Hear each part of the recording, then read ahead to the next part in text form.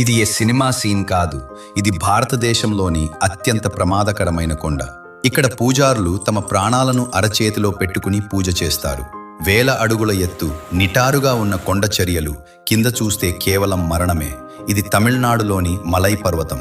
ఇక్కడ కేవలం ఒక దేవాలయం మాత్రమే కాదు, ఈ మొత్తం పర్వతాన్నే బోలశంకరుని సాక్షాత్ రూపంగా భావిస్తారు. హనుమంతుడు సంజీవని పర్వతాన్ని తీసుకెళ్తున్న సమయంలో దాని ఒక భాగం ఇక్కడ పడిందని అంటారు. అందుకే ఈ రోజుకి ఇక్కడ అద్భుతమైన ఔషధ మొక్కలు లభిస్తాయి. కానీ ఆగండి, అసలు రహస్యం ఈ పర్వతం లోపల దాగి ఉంది. ఇది సాధారణ పర్వతం కాదు, ఇది అమర యోగుల నివాసం. ఈ పర్వతంలోని గుప్త గుహల్లో ఇప్పటికీ సిద్ధపురుషులు, అమర యోగులు తపస్సు చేస్తున్నారని నమ్మకం. ఇక్కడ రాత్రి వేళల్లో రహస్యమైన వెలుగులు, విచిత్రమైన శబ్దాలు వినిపించాయని చాలామంది చెబుతారు. బహుశా అందుకే భక్తులు తమ ప్రాణాలనే పణంగా పెట్టి ఈ ప్రమాదకరమైన కొండ మార్గాన్ని ఎక్కుతారు. మీకేమనిపిస్తుంది?